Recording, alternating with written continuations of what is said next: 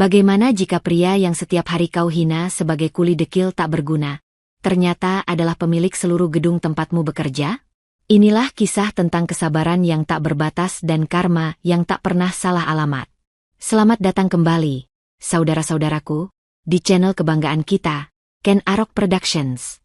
Sebelum kita selami lebih dalam kisah epik Aditya Sang Sultan yang menyamar ini, pastikan kalian sudah menjadi bagian dari keluarga besar kita dengan menekan tombol subscribe dan nyalakan loncengnya, agar kalian tidak ketinggalan saat karma mulai bekerja. Tunjukkan dukungan kalian dengan menekan tombol like jika kalian sudah siap melihat orang-orang sombong mendapatkan pelajaran paling berharga dalam hidup mereka. Dan seperti biasa, mari kita ramaikan kolom komentar. Absen dulu.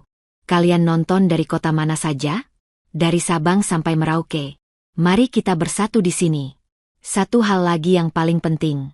Kolom komentar kita bukan sekadar kolom komentar biasa. Jadikanlah tempat ini sebagai ladang pahala. Tuliskan doa dan harapan terbaik kalian di sana. Siapa tahu, 1-2 tulus yang kalian tulis akan dibaca dan diaminkan oleh ribuan saudara kita yang lain dari seluruh penjuru negeri. Dan atas kehendak Tuhan, Sang Penguasa alam semesta, insya Allah doa-doa itu akan terkabul. Sudah siap? Mari kita mulai ceritanya. Di tengah gemerlapnya kota metropolitan Jakarta, di antara gedung-gedung pencakar langit yang seolah berlomba menyentuh awan, hiduplah seorang pria bernama Aditya. Bagi dunia, Aditya bukanlah siapa-siapa. Pakaiannya sederhana, seringkali berdebu sisa material bangunan. Tangannya kasar dan kapalan, bukti nyata dari kerja kerasnya di bawah terik matahari sebagai seorang kuli bangunan. Setiap hari, derajatnya seolah diinjak-injak, diremehkan oleh mereka yang hanya menilai dari penampilan luar. Namun di balik tatapan matanya yang tenang, tersimpan sebuah rahasia besar yang mampu mengguncang seluruh kota. Suatu sore yang cerah, setelah menerima upah harian yang tak seberapa, Aditya memiliki niat mulia. Ia ingin mentraktir teman-teman seperjuangannya, para kuli yang setiap hari berbagi peluh dan tawa bersamanya. Bukan di warteg pinggir jalan, tapi di sebuah tempat yang bahkan tak pernah mereka impikan untuk dimasuki. Sebuah restoran bintang 5 yang menjulang angkuh di jantung distrik bisnis. Lantai marmernya berkilauan, lampu kristalnya memancarkan cahaya kemewahan, dan aroma masakan mahal tercium hingga ke lobi. Dengan langkah yang sedikit ragu namun tulus, Aditya dan 3 temannya masuk. Seketika, suasana di dalam restoran yang tadinya ramai dengan dentingan sendok dan garpu, mendadak hening.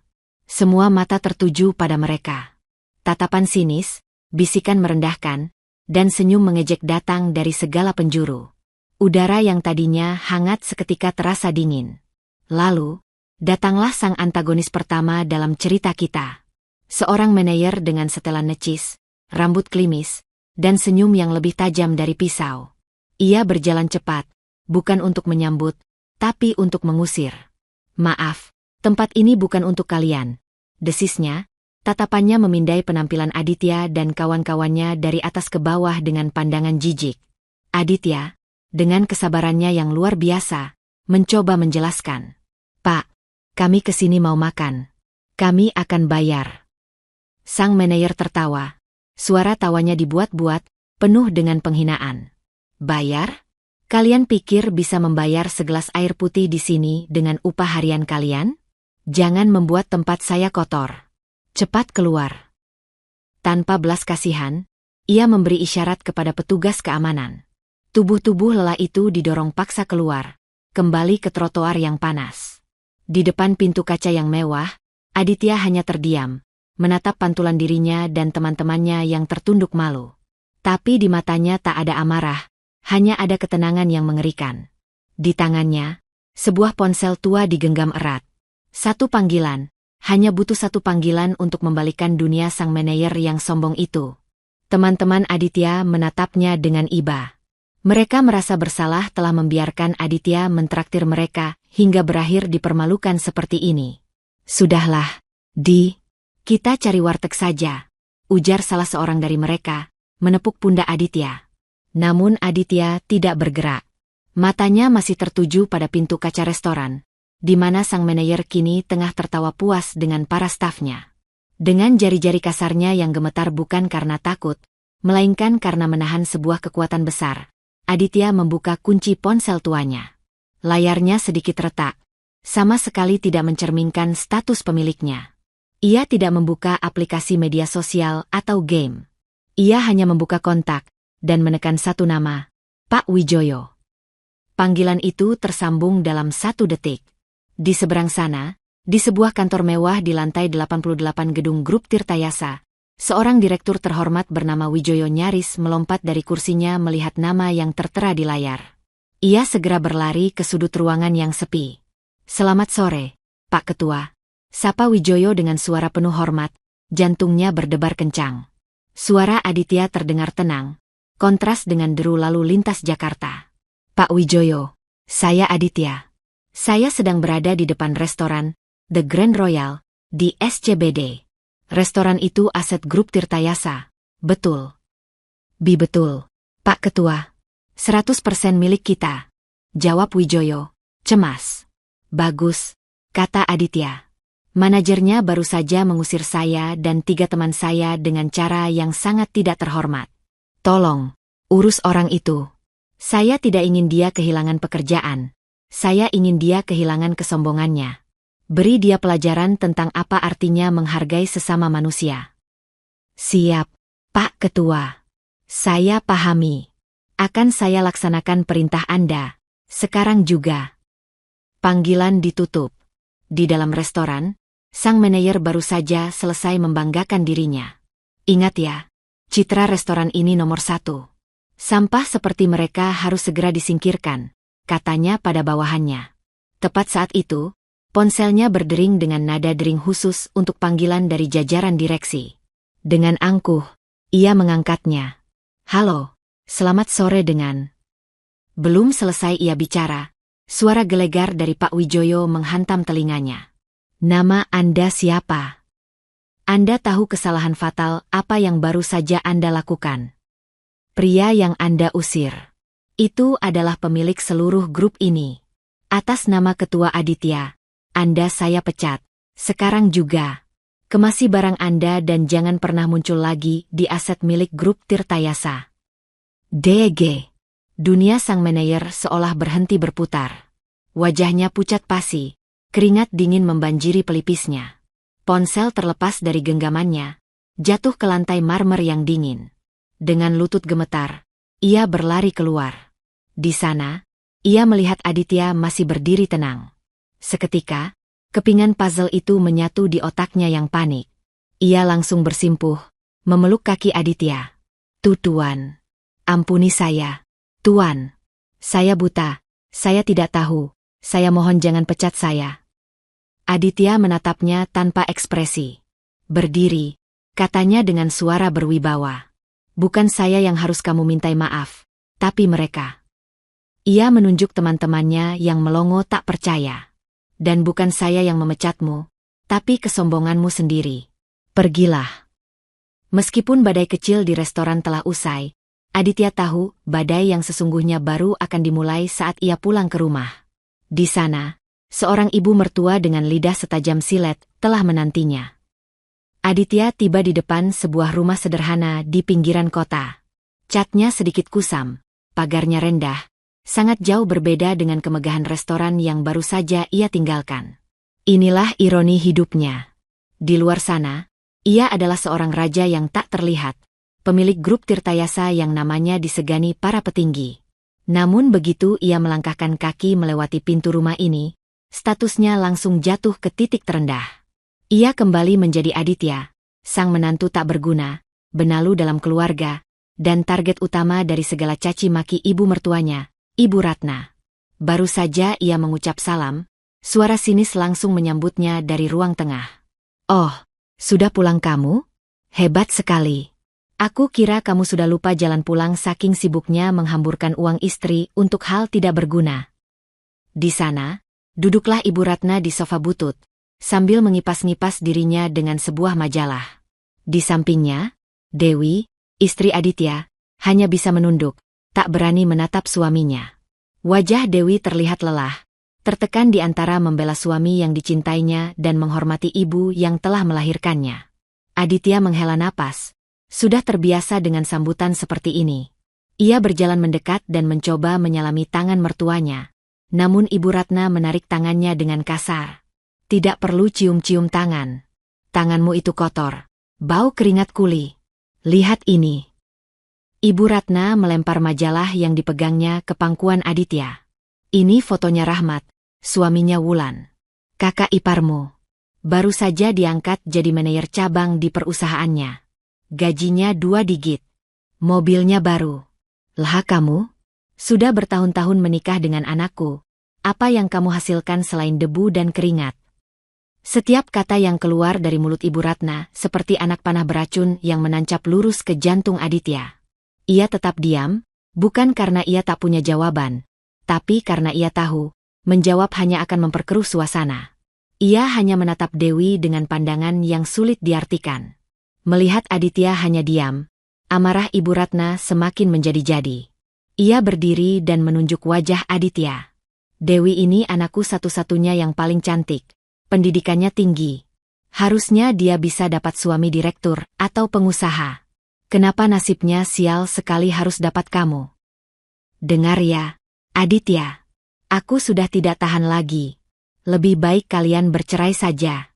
Biarkan anakku mencari kebahagiaannya sendiri, daripada harus hidup sengsara dengan pria tak punya masa depan sepertimu. Kata, cerai, itu terdengar seperti petir di siang bolong. Dewi langsung mengangkat wajahnya, air mata mulai menggenang. Ibu, cukup, Bu. Lirihnya. Namun Ibu Ratna sudah seperti banteng terluka. Cukup katamu. Ibu melakukan ini demi kebaikanmu. Why? Lihat suamimu ini. Jangankan membelikanmu berlian, membelikan lauk yang layak untuk makan malam saja dia tidak mampu. Aditya mengepalkan tangannya di sisinya, menahan gejolak di dalam dadanya. Kesabarannya memang seluas samudra. Tapi bahkan samudra pun memiliki batas.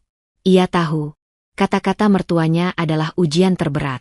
Tapi ia juga tahu, ini belum seberapa. Puncak dari semua drama ini akan segera tiba.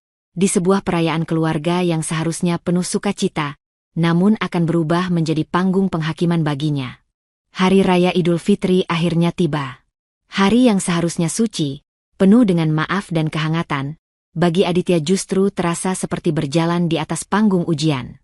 Seluruh keluarga besar dari pihak Dewi berkumpul di rumah utama kakek neneknya. Suasananya meriah, penuh dengan aroma opor ayam dan rendang. Namun di balik senyum dan tawa, ada sepasang mata tajam milik Ibu Ratna yang tak pernah lepas mengawasi setiap gerak-gerik Aditya, seolah mencari-cari kesalahan sekecil apapun. Tahun ini, Aditya sudah mempersiapkan segalanya. Ia tidak datang dengan tangan kosong. Di tangannya, ia membawa sebuah parsel raksasa yang terbungkus dengan kain sutra berwarna emas, diikat dengan pita satin hitam yang elegan. Desainnya sangat berkelas, jauh berbeda dari parsel-parsel biasa yang berjejer di supermarket. Isinya pun bukan sekadar sirup dan kue kalengan.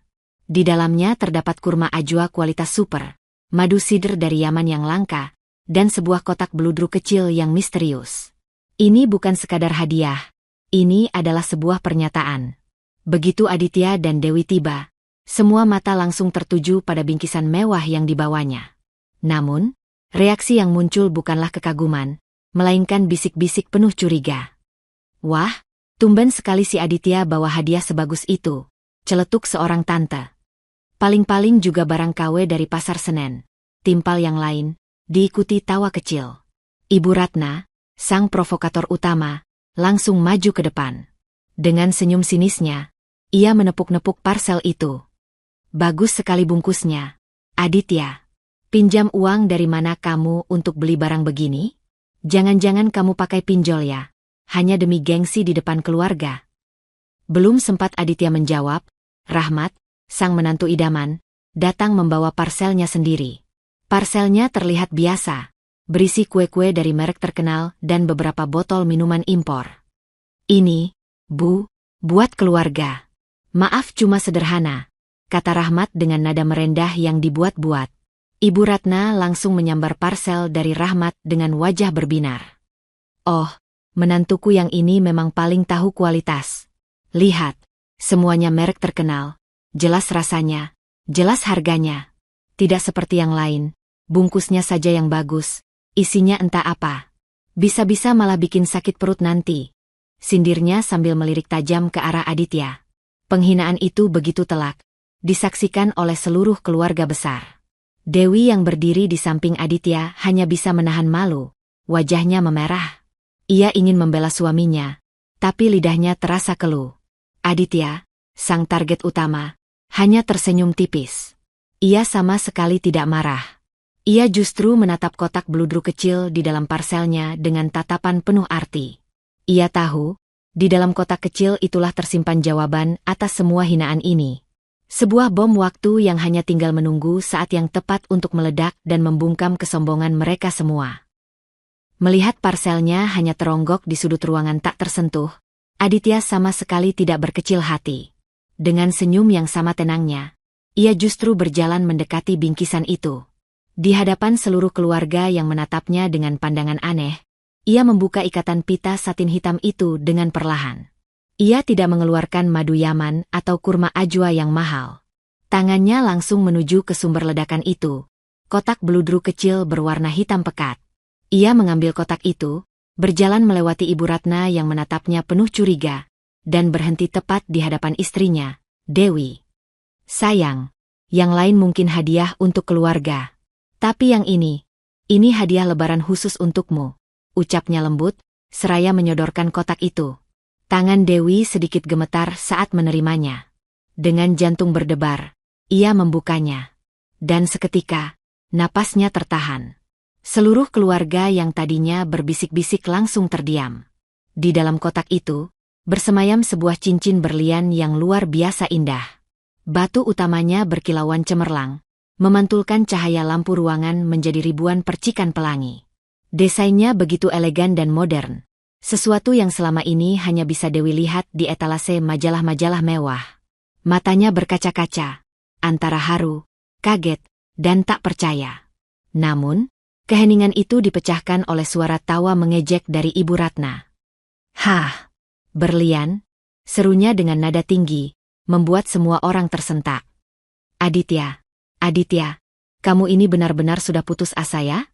Mau menipu istri dan keluarga mertuamu dengan barang palsu di hari suci ini? Dosa apa lagi yang mau kamu tambah?" Ia menyambar kotak itu dari tangan Dewi. "Lihat semuanya," katanya sambil memamerkan cincin itu. "Jangan tertipu. Ini paling-paling zirkon murahan dari Jatinegara. Kaca yang dibentuk mirip berlian. Kamu pikir kami semua bodoh?" Rahmat, sang menantu emas, ikut maju. Ia berlagak seperti seorang ahli. Ia mengambil cincin itu, mendekatkannya ke mata, lalu menggeleng-gelengkan kepala dengan ekspresi prihatin yang dibuat-buat. "Iya, Bu, benar. Kilaunya ini aneh, terlalu berlebihan seperti kaca. Kalau berlian asli kilaunya lebih dalam, lebih berkelas. Kasihan sekali kamu, Wai, dibohongi mentah-mentah," katanya sambil menatap Dewi dengan pandangan iba yang palsu. Penghakiman massal itu membuat Dewi tertunduk semakin dalam. Aditya menarik napas panjang. "Inilah saatnya. Cincin itu asli, Bu. Saya membelinya dari butik perhiasan ternama di Plaza Indonesia, khusus untuk Dewi," jawab Aditya dengan suara yang datar namun tegas, tanpa sedikit pun keraguan. Jawaban tenang Aditya justru menyulut api yang lebih besar. "Oh, berani sekali kamu membantah," bentak Ibu Ratna. Wajahnya merah padam karena merasa harga dirinya diinjak-injak oleh menantu yang dianggapnya sampah. "Baik, kalau kamu bilang ini asli, kita buktikan. Besok, kita bawa cincin ini ke toko perhiasan paling terpercaya di kota. Jika terbukti palsu, saat itu juga kamu harus tanda tangani surat cerai dan angkat kaki dari rumah anakku. Berani kamu?" Seluruh ruangan hening, semua mata tertuju pada Aditya, menantikan jawabannya. Aditya menatap lurus ke mata mertuanya yang menyala-nyala, lalu tersenyum tipis. "Berani." Keesokan harinya, matahari bersinar lebih terik dari biasanya, seolah menjadi saksi bisu pertaruhan besar yang akan terjadi. Sesuai kesepakatan, Ibu Ratna, dengan langkah penuh kemenangan, menyeret Aditya dan Dewi ke sebuah butik perhiasan paling mewah di Plaza Indonesia. Tempat ini dikenal sebagai langganan para sosialita dan pejabat tinggi, di mana setiap barang yang dipajang memiliki sertifikat keaslian internasional. Di belakang mereka, Rahmat ikut serta, tak ingin ketinggalan momen saat adik iparnya itu dipermalukan habis-habisan. Selamat datang di... Sapa seorang pramuniaga. Namun sapaannya terhenti saat melihat penampilan Aditya yang kontras dengan pelanggan mereka yang lain. Ibu Ratna langsung memotong dengan angkuh. Panggil manajer kalian. Kami mau memeriksa keaslian barang, katanya sambil melempar kotak cincin itu ke atas meja etalase. Tak lama kemudian, seorang pria parubaya yang sangat rapi dan berwibawa keluar. Dialah Pak Suryo, manajer utama butik tersebut, seorang gemolok, ahli batu permata, yang reputasinya sudah tidak diragukan lagi. Dengan senyum profesional, ia bertanya, "Ada yang bisa saya bantu, Ibu?" "Ya, saya mau Anda periksa cincin ini," kata Ibu Ratna dengan nada memerintah. "Menantu saya ini mengaku beli di sini dan bilang ini berlian asli. Menurut saya ini palsu. Coba Anda buktikan dan buat dia tidak bisa mengelak lagi." Pak Suryo mengambil cincin itu dengan hati-hati. Begitu matanya menangkap kilau batu di atasnya, senyum profesionalnya sedikit memudar, digantikan oleh ekspresi kaget dan kagum. Tanpa berkata apa-apa, ia segera mengambil loupe, kaca pembesar khusus perhiasan, dan sebuah alat detektor berlian. Seluruh ruangan menjadi hening. Ibu Ratna dan Rahmat saling pandang dengan senyum kemenangan yang tertahan. Dewi menunduk sambil meremas tangannya, berdoa dalam hati. Sementara Aditya, dia hanya berdiri tenang, bersedekap, seolah sedang menonton sebuah pertunjukan. Setelah beberapa menit yang terasa seperti selamanya, Pak Suryo meletakkan peralatannya. Ia menarik napas dalam-dalam, wajahnya menunjukkan kekaguman yang luar biasa. Ia menatap seluruh keluarga itu, kemudian berkata dengan suara yang sedikit bergetar karena takjub. "Ibu, Bapak, saya tidak tahu harus mulai dari mana," ucapnya. "Cincin ini bukan sekadar asli." "Hah, sudah kudugakan," potong Ibu Ratna. "Maaf, Ibu salah paham," lanjut Pak Suryo dengan cepat. "Maksud saya, cincin ini jauh melampaui kata asli. Ini adalah berlian flawless tipe 2A dengan potongan ideal cut, 5 karat. Ini adalah salah satu batu paling langka dan paling murni yang pernah saya lihat seumur hidup saya. Harganya..." Pak Suryo berhenti sejenak. "Berkisar di angka 5 miliar rupiah. Cincin ini adalah pesanan khusus VVIP yang kami kerjakan bulan lalu." Jep. Dunia Ibu Ratna seolah runtuh. Wajahnya yang tadi merah karena amarah, kini pucat seperti mayat. Mulutnya terbuka tapi tak ada suara yang keluar. Rahmat yang berdiri di sampingnya membeku. Senyumnya luntur digantikan ekspresi bodoh. Dan kemudian, Pak Suryo melakukan hal yang paling tak terduga. Ia berjalan melewati mereka, membungkuk hormat tepat di hadapan Aditya. "Selamat siang, Tuan Aditya. Saya tidak menyangka akan bertemu Anda di sini.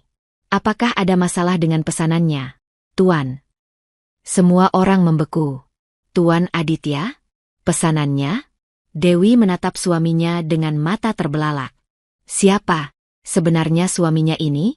Perjalanan pulang dari butik perhiasan terasa seperti perjalanan melewati alam kubur. Tidak ada satupun kata yang terucap di dalam mobil. Ibu Ratna dan Rahmat duduk membisu. Wajah mereka pucat pasi menahan malu dan syok yang luar biasa. Cincin senilai 5 miliar rupiah. Pesanan khusus VVIP. Tuan Aditya. Kata-kata itu terus berdengung di telinga mereka. Sebuah anomali yang tidak bisa diproses oleh akal sehat mereka. Bagaimana mungkin seorang kuli bangunan, seorang menantu yang mereka anggap sampah, memiliki koneksi dan kekayaan seperti itu? Dewi, di sisi lain, hanya bisa menatap suaminya yang sedang menyetir dengan tenang, seolah tidak terjadi apa-apa. Di benaknya, ribuan pertanyaan berkecamuk. Setibanya di rumah keluarga besar, kabar tentang cincin itu sudah menyebar lebih cepat dari api. Namun, bukannya kekaguman, yang muncul adalah kebingungan dan penolakan. "Paling-paling si Aditya itu cuma makelar," kata seorang paman. "Atau jangan-jangan dia simpanan tante-tante kaya," timpal yang lain. Mereka menolak untuk percaya bahwa Aditya memiliki kekuatan dari dirinya sendiri. Untuk merayakan kejadian aneh ini dan mencoba mengembalikan harga dirinya, Rahmat sang menantu idaman punya ide. Sudah, daripada pusing, bagaimana kalau kita makan siang saja di Hotel Imperial? Di lounge VVIP-nya. Kebetulan saya punya kartu anggota di sana. Usulnya dengan sombong, mencoba merebut kembali panggung. Maka, pergilah rombongan keluarga itu ke Hotel Imperial, salah satu hotel termegah di Jakarta. Setibanya di sana, Rahmat dengan penuh percaya diri berjalan ke meja resepsionis lounge VVIP. Saya mau satu meja untuk 10 orang, katanya sambil mengibaskan kartu keanggotaan emasnya. Resepsionis itu tersenyum sopan. Mohon maaf, Bapak Rahmat. Seluruh meja di lounge sudah penuh. Yang tersisa hanya Presidential Suite di ujung sana. Tapi ruangan itu khusus untuk pemegang kartu akses The Black Diamond. Wajah Rahmat langsung memerah. Gengsinya terluka. Saya ini anggota prioritas, protesnya. Namun resepsionis itu hanya menggeleng dengan sopan. Ibu Ratna mulai terlihat gusar, merasa dipermalukan untuk kedua kalinya hari ini. Di tengah situasi canggung itu, Aditya, yang sedari tadi hanya diam di belakang, melangkah maju. Dari dompetnya yang usang dan terkelupas, ia mengeluarkan sebuah kartu. Bukan kartu kredit, bukan kartu debit. Hanya selembar kartu logam berwarna hitam pekat, tanpa nama, tanpa nomor. Hanya ada sebuah logo kecil grup Tirtayasa yang terukir di sudutnya. Mungkin bisa pakai ini? Tanyanya polos. Rahmat tertawa mengejek. Kartu apa itu? Kartu nama? Jangan bikin malu, Di. Tanpa mempedulikan ejekan itu, Aditya berjalan lurus ke arah pintu Presidential Suite yang terbuat dari kayu jati kokoh. Ia hanya menempelkan kartu hitam itu ke sebuah sensor di samping pintu. Terdengar bunyi, BP, pelan. Dan lampu sensor yang tadinya merah berubah menjadi hijau. Pintu itu terbuka tanpa suara. Seluruh staf hotel yang melihat kejadian itu langsung membungkuk dalam-dalam. Selamat datang, Tuan. Silakan masuk, kata mereka serempak. Aditya menoleh ke arah keluarganya yang kini berdiri mematung dengan mulut ternganga. Mata mereka terbelalak tak percaya. Ia tersenyum tipis. Ayo masuk. Nanti keburu dingin makanannya. Di dalam Presidential Suite yang lebih mewah dari rumah mereka sendiri, keluarga besar itu makan dalam keheningan yang canggung. Makanan-makanan termahal yang tersaji di atas meja perak seolah tak ada rasanya. Semua pikiran tertuju pada satu orang, Aditya. Ia yang kini duduk tenang di kepala meja, makan dengan santai seolah ini adalah ruang makannya sehari-hari. Misteri yang menyelimutinya terlalu pekat, membuat mereka yang biasa menghinanya kini merasa ciut dan takut. Namun, tidak semua orang bisa menerima kenyataan ini dengan mudah. Bagi ayah mertua Aditya, Pak Hartawan, seorang pria yang seumur hidupnya membanggakan status dan kekayaannya yang tak seberapa, semua ini adalah sebuah penghinaan. Ia tidak bisa menerima fakta bahwa menantu yang ia anggap parasit ternyata jauh lebih tinggi darinya. Baginya, ini pasti sebuah tipuan. Aku tidak percaya semua ini. Tiba-tiba Pak Hartawan menggebrak meja, membuat semua orang terkejut. Pasti ada yang tidak beres. Cincin miliaran, akses VVIP. Kamu ini pasti terlibat bisnis kotor, kan? Atau kamu menipu seorang janda kaya? Mengaku saja kamu, Aditya. Aditya meletakkan sendok dan garpunya dengan perlahan. Ia menatap ayah mertuanya. Pak, rezeki saya halal. Tidak ada yang perlu saya sembunyikan. Halal katamu, bentak Pak Hartawan, amarahnya memuncak. Matanya liar mencari-cari objek untuk dilampiaskan. Dan ia menemukannya. Sebuah jam tangan yang tergeletak di samping piring Aditya. Jam itu terlihat sederhana, dengan tali kulit klasik dan desain yang tidak mencolok. Aditya memang melepasnya sesaat sebelum makan tadi. Cih! Setelah pamer cincin, sekarang mau pamer jam tangan. Mau menipu kami lagi dengan barang KW dari Singapura. Dengan gerakan cepat, Pak Hartawan menyambar jam tangan itu. Pak, tolong jangan. Ucap Aditya. Nadanya masih tenang namun matanya menyeratkan peringatan. Melihat Aditya mencoba mencegahnya, Pak Hartawan justru semakin yakin bahwa jam itu palsu dan Aditya takut kebohongannya terbongkar. Didorong oleh gengsi dan amarah yang sudah diubun-ubun, ia melakukan hal yang tak termaafkan. Ia mengangkat jam tangan itu tinggi-tinggi. Ini nilai semua kebohonganmu itu. Praaang. Ia membanting jam tangan itu dengan sekuat tenaga ke lantai marmer yang keras. Kaca safirnya pecah berkeping-keping. Mesin rumit di dalamnya terlihat hancur berantakan. Hening. Napas semua orang seolah berhenti. Dewi menutup mulutnya menahan jeritan. Ibu Ratna bahkan ikut terbelalak, kaget dengan tindakan suaminya yang di luar batas. Pak Hartawan berdiri terengah-engah, dadanya naik turun. Wajahnya menyeratkan kepuasan sesaat karena telah membongkar penipuan Aditya. Namun, keheningan itu dipecahkan oleh suara gemetar seorang pelayan hotel yang kebetulan sedang menuangkan air. Wajah pelayan muda itu pucat pasi. Matanya terpaku pada rongsokan jam di lantai. Astaga, Tuan.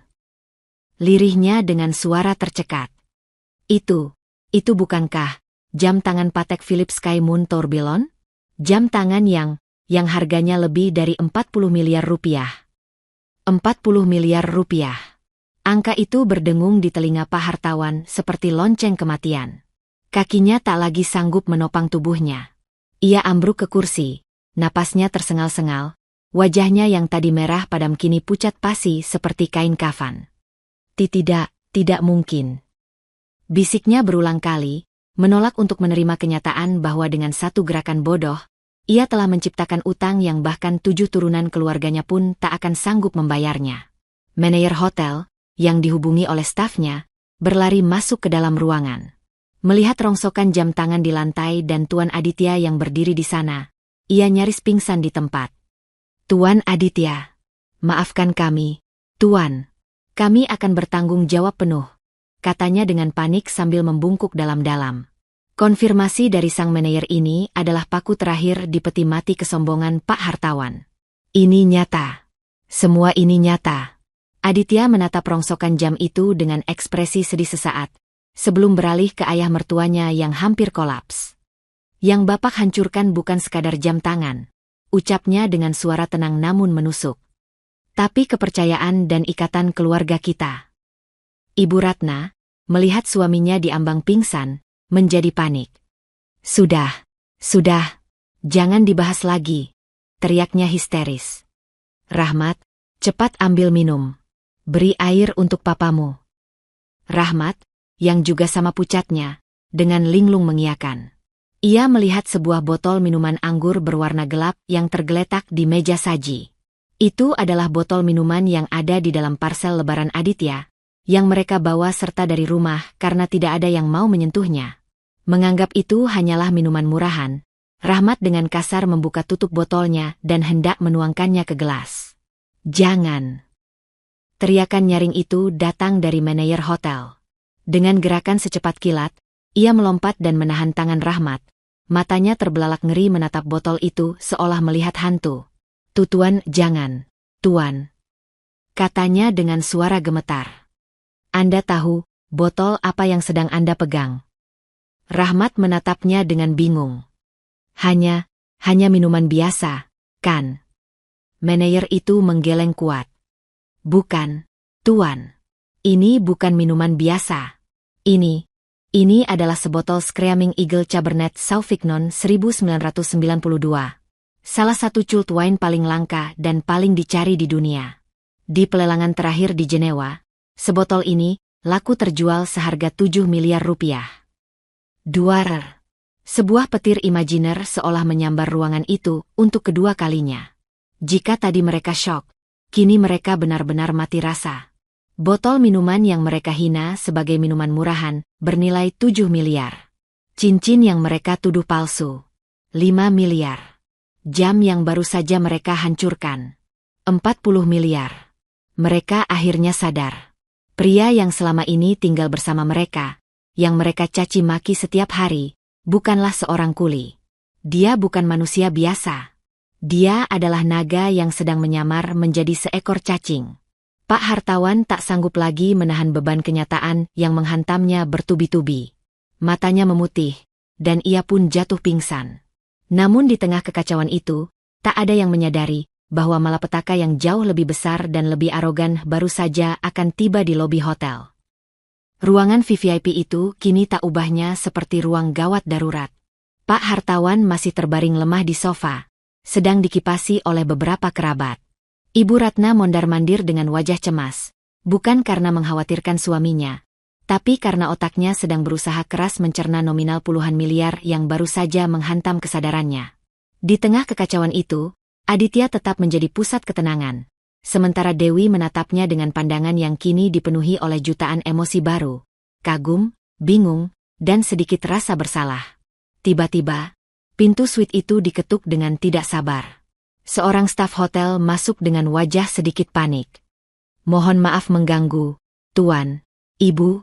Di bawah ada seorang pria bernama Tuan Randy yang memaksa ingin bertemu dengan keluarga Ibu Dewi. Katanya ada urusan yang sangat penting. Sebelum ada yang sempat menjawab, dari belakang staf itu, menerobos masuklah seorang pemuda dengan angkuhnya. Dialah Randy. Penampilannya sangat mencolok, kemeja bermerek yang dua kancing atasnya sengaja dibuka, jam tangan emas besar melingkar di pergelangan tangan, dan senyumnya adalah senyum sinis orang yang merasa bisa membeli segalanya. Di belakangnya, ayahnya, Pak Hartono, seorang wakil direktur pabrik yang dikenal licik, berjalan sambil membusungkan dada.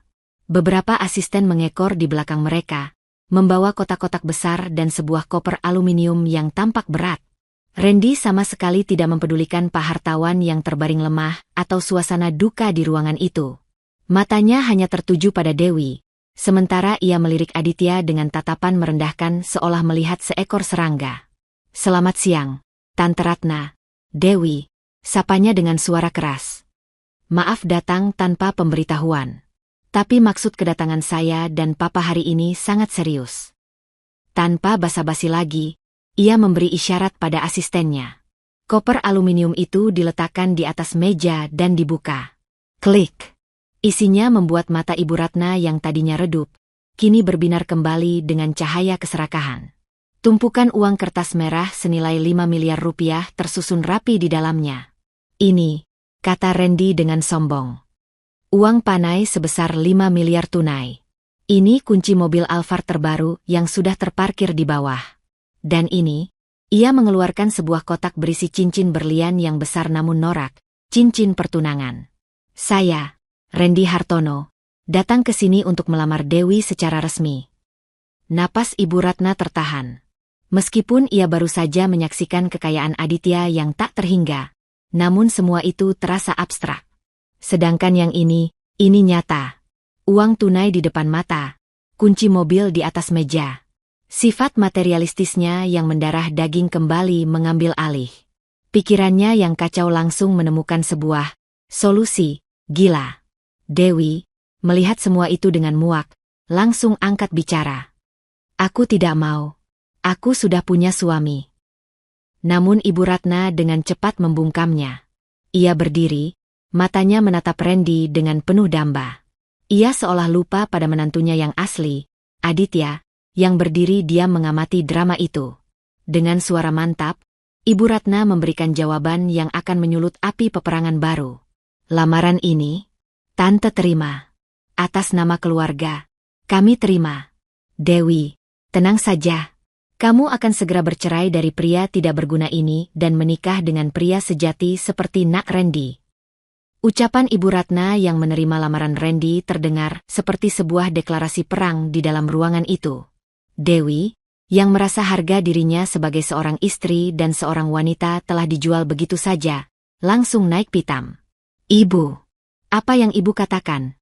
teriaknya. Air matanya kini mengalir deras karena marah dan kecewa.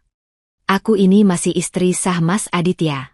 Bagaimana bisa Ibu menerima lamaran pria lain untukku? Di mana harga diri kita sebagai keluarga?" Namun, teriakan pilu Dewi seolah tak terdengar. Cahaya dari tumpukan uang dan kilau kunci mobil di atas meja telah membutakan mata hati hampir semua orang di ruangan itu. Kekayaan Aditya yang tadi membuat mereka gentar, kini terasa jauh dan misterius. Sementara kekayaan Randy ada di depan mata, nyata, dan bisa langsung dinikmati. Pak Hartawan, yang sudah sedikit pulih dari pingsannya, bangkit dengan susah payah. Ibumu benar, Dewi, katanya dengan suara serak. Kekayaan si Aditya ini tidak jelas asal-usulnya. Jangan-jangan uang haram, uang hasil kejahatan. Lebih baik kamu bersama Nak Randy. Ayahnya, Pak Hartono, seorang direktur terpandang. Masa depanmu terjamin. Rahmat, sang kakak ipar, tak mau ketinggalan. Betul itu, Wai. Setidaknya keluarga Randy ini jelas bibit, bebet, dan bobotnya. Daripada Aditya. Siapa dia?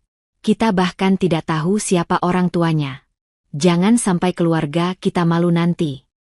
Cacian dan dukungan untuk Randy datang dari segala penjuru.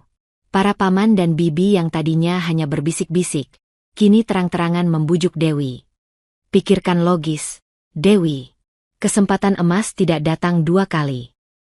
Untuk apa mempertahankan suami kuli kalau bisa dapat suami direktur? Ruangan itu terasa begitu sesak. Dewi berdiri di tengah-tengah keluarganya sendiri, namun merasa begitu terasing.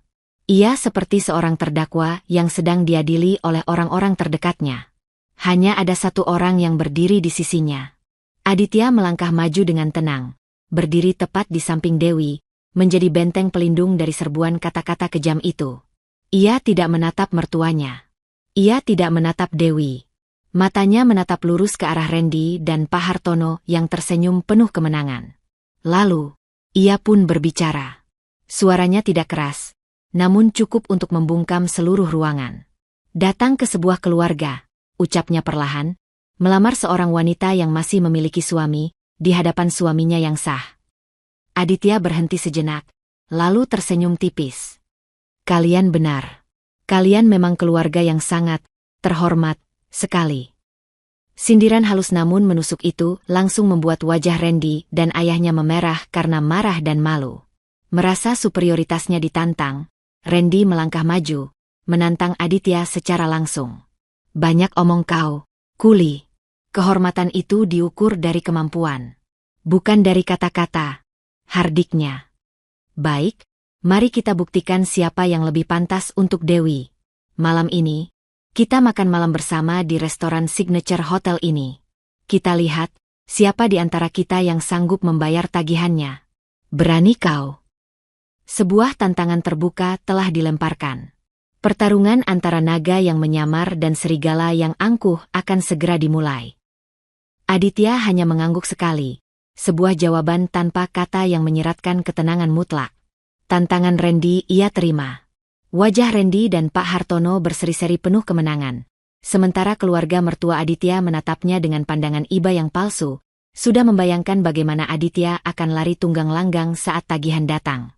Adegan pun berpindah ke Le Ciel, restoran fine dining paling eksklusif di puncak Hotel Imperial, di mana harga segelas air mineral saja setara dengan upah mingguan seorang kuli.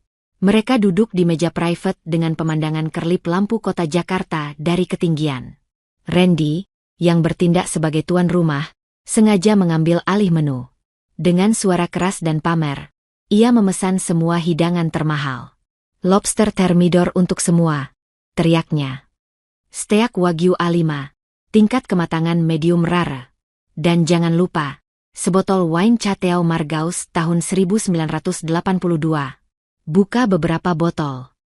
Setiap pesanan yang ia sebutkan membuat keluarga mertua Aditya menelan ludah, bukan karena selera, tapi karena ngeri membayangkan angkanya. Total tagihan makan malam itu dengan cepat meroket ke angka ratusan juta rupiah. Selama makan, Randy dan ayahnya terus menyindir Aditya. Bagaimana, Di? Sudah mulai pusing memikirkan cara cuci piring nanti. Yang disambut tawa oleh keluarga yang lain. Aditya? Ia hanya makan dengan tenang, menikmati setiap suapan seolah sedang makan di warteg langganannya. Akhirnya, momen penghakiman itu pun tiba. Pelayan datang membawa sebuah map kulit berisi tagihan. Randy merebutnya dengan kasar, melirik angkanya sekilas, lalu tertawa terbahak-bahak. Wah, lumayan juga. Hampir 300 juta, katanya, sengaja mengeraskan suara. Dengan gerakan teatrikal, ia mengeluarkan dompet buaya miliknya dan menarik keluar sebuah kartu kredit berwarna hitam mengkilap. Pakai ini. American Express Centurion, limit tak terbatas, katanya pada pelayan, sambil melirik Aditya dengan tatapan, "Inilah akhirmu." Pelayan itu membawa kartu tersebut ke meja kasir. Namun, beberapa menit kemudian, ia kembali dengan wajah pucat dan cemas. "Memohon maaf, Tuan Randy. Kartu Anda ditolak." "Apa?" bentak Randy, wajahnya memerah. "Tidak mungkin. Gesek lagi. Mesin kalian pasti rusak." Pelayan itu menggeseknya lagi. Hasilnya sama. Ditolak. Panik, Randy mencoba kartu lain. Ditolak. Pak Hartono, ayahnya, ikut mengeluarkan kartu platinum miliknya. Hasilnya sama saja. Ditolak. Suasana di meja itu berubah dari sombong menjadi panik. Randy dan ayahnya kini sibuk menelepon pihak bank, berteriak-teriak pada operator karena dipermalukan. Di tengah kekacauan itu, Aditya dengan tenang mengangkat tangannya, memanggil manajer restoran yang sedari tadi memperhatikan dengan cemas. "Biar saya saja yang bayar," katanya. Dari dompetnya yang usang, ia kembali mengeluarkan kartu logam hitam misteriusnya. Saat melihat kartu itu, sang manajer langsung membungkuk hormat. Ia mengambil kartu itu seolah memegang benda suci, lalu berkata kepada Randy dan Pak Hartono, "Tuan-tuan, mohon maaf. Ini bukan kesalahan pada kartu Anda atau mesin kami." "Lalu apa?" hardik Pak Hartono. Manajer itu menelan ludah. Kartu yang dipegang oleh Tuan Aditya adalah kartu founder eksklusif milik grup Tirtayasa. Kartu ini memiliki prioritas perbankan tertinggi di negara ini.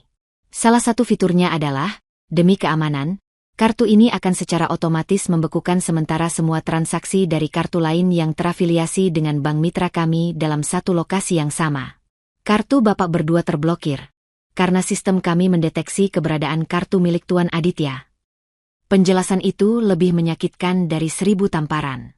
Kekuatan mereka, kartu kredit mereka yang tak terbatas, lumpuh total hanya karena kehadiran kartu milik Aditya.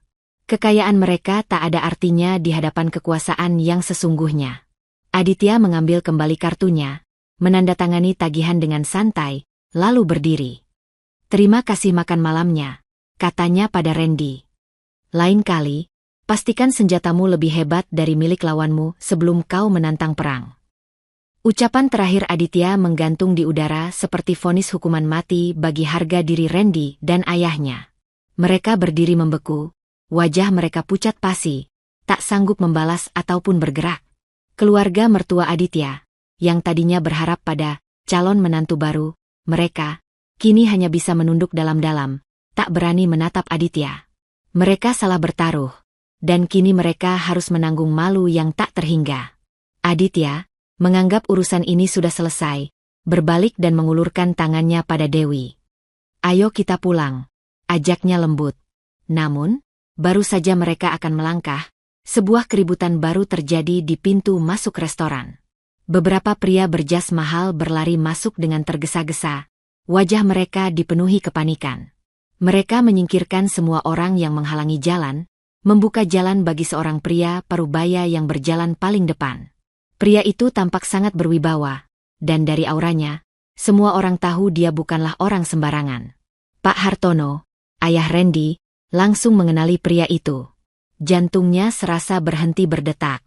Dia adalah Bapak Iskandar, Presiden Direktur Bank Swasta terbesar di Asia Tenggara, bank yang sama yang mengeluarkan kartu kredit mereka. Bapak Iskandar sama sekali tidak melihat ke arah Pak Hartono atau Randy. Matanya yang tajam memindai seluruh ruangan, dan berhenti ketika menemukan Aditya. Tanpa ragu, ia langsung berjalan cepat ke arah Aditya. Di hadapan seluruh tamu restoran dan keluarga yang melongo, pria paling berkuasa di dunia perbankan itu membungkukkan badannya 90 derajat. "Tuan Aditya," sapanya dengan suara penuh penyesalan. "Mohon maafkan kelancangan dan ketidaknyamanan yang terjadi, Tuan." Aditya hanya menatapnya dengan tenang. "Ada apa, Pak Iskandar? Kenapa Anda sampai repot-repot datang kemari?" "Saya baru saja menerima laporan darurat level 1 dari sistem VVIP pusat kami," jelas Bapak Iskandar dengan napas terengah. "Sistem kami mendeteksi kartu founder milik Tuan melakukan transaksi bersamaan dengan beberapa kartu level rendah di lokasi yang sama. Algoritma keamanan kami secara otomatis membekukan kartu-kartu tersebut untuk mencegah potensi pencucian uang atau penipuan yang mungkin ditujukan kepada Anda, Tuan. Penjelasan itu adalah paku terakhir di peti mati kehormatan Randy. Kartu kebanggaan mereka disebut kartu level rendah. Transaksi ratusan juta mereka dianggap potensi penipuan terhadap Aditya.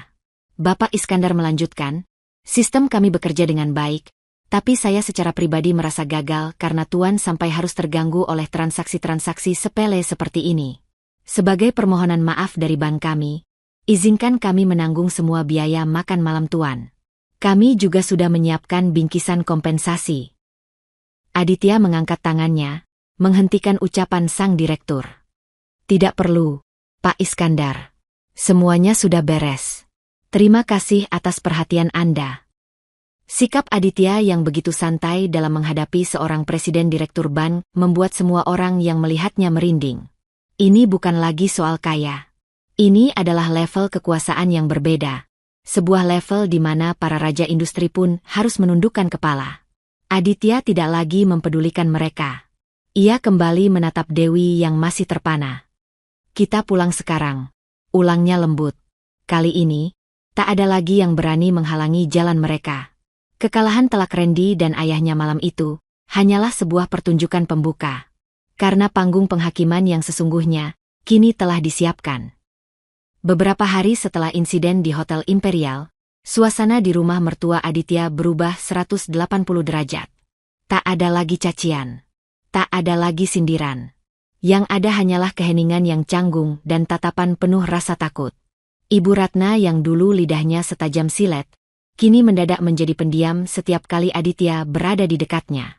Pak Hartawan, setelah siuman, lebih banyak mengurung diri di kamar, terlalu malu untuk menampakkan wajahnya.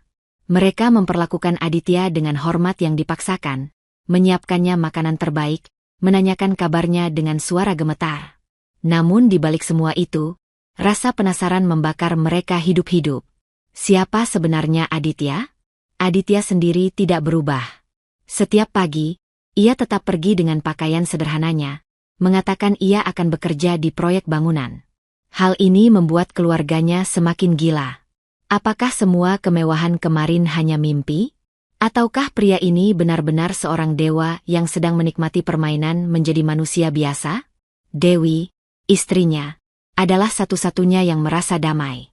Ia tak lagi peduli siapa suaminya. Yang ia tahu, pria yang selama ini sabar menemaninya adalah pria yang bisa diandalkan, dan itu sudah lebih dari cukup. Hingga suatu sore, sebuah mobil sedan hitam mewah berhenti tepat di depan rumah mereka yang sederhana. Seorang kurir berjas rapi turun dan menyerahkan sebuah amplop tebal berwarna emas kepada Aditya. Di dalamnya, terdapat beberapa lembar undangan yang dicetak di atas kertas paling mahal, dengan tinta timbul berwarna perak. Undangan itu adalah untuk acara Malam Apresiasi Agung Pesta Penyambutan Tahunan Grup Tirtayasa. Malam itu, saat keluarga sedang berkumpul di ruang tengah dalam keheningan, Aditya meletakkan undangan-undangan itu di atas meja. Beberapa hari lagi, perusahaan tempat saya bekerja mengadakan acara syukuran tahunan, katanya dengan nada santai. Saya dapat beberapa undangan lebih. Mungkin Bapak, Ibu, dan yang lainnya mau ikut untuk sekadar melihat-lihat dan makan malam. Ibu Ratna dan Pak Hartawan saling berpandangan. Nama, Grup Tirtayasa, terasa tidak asing. Itu adalah konglomerat raksasa yang bisnisnya menggurita di seluruh negeri. Perusahaan yang bahkan untuk menjadi petugas kebersihannya saja butuh koneksi orang dalam. Rasa penasaran mereka yang sudah tak tertahankan akhirnya mengalahkan rasa malu mereka. Inilah kesempatan mereka. Kesempatan untuk akhirnya menguak misteri terbesar dalam hidup mereka. Baik, Nak Aditya. Tentu kami akan datang, jawab Pak Hartawan dengan suara terbata-bata. Rahmat dan istrinya pun mengiyakan, begitu pula dengan kerabat yang lain. Di benak mereka, terbayang sebuah pesta mewah di mana mereka bisa sedikit memulihkan gengsi mereka yang sudah hancur lebur. Malam pesta pun tiba. Mereka berdandan habis-habisan, mengenakan batik dan gaun terbaik yang mereka punya. Dengan wajah penuh harap dan debar, mereka berangkat menuju lokasi acara, sebuah Grand Ballroom Hotel Bintang 6 yang paling prestisius di ibu kota. Mereka tidak menyadari satu hal. Mereka tidak datang ke pesta itu sebagai tamu kehormatan. Mereka datang untuk menjadi penonton utama di panggung penghakiman terakhir bagi diri mereka sendiri. Malam di mana topeng sang kuli bangunan akan dibuka untuk selamanya. Begitu melangkahkan kaki ke dalam Grand Ballroom Hotel Mahameru, napas seluruh keluarga mertua Aditya seolah terenggut dari paru-paru mereka. Pesta ini berada di level yang sama sekali berbeda. Langit-langit ruangan dihiasi ribuan lampu kristal laksana galaksi bintang. Karpetnya begitu tebal hingga langkah kaki nyaris tak terdengar. Ratusan tamu penting berlalu lalang, para konglomerat, pejabat pemerintah, dan sosialita papan atas, semuanya mengenakan pakaian seharga puluhan juta rupiah. Untuk sesaat, keluarga itu merasa kecil dan terintimidasi. Mereka hanya berdiri di sudut, tidak berani bergerak. Mata mereka berputar liar melihat kemewahan yang tak terhingga. Aditya, dengan setelan jas sederhana namun pas di badan yang ia kenakan malam ini, tampak begitu kontras namun anehnya, begitu menyatu dengan suasana.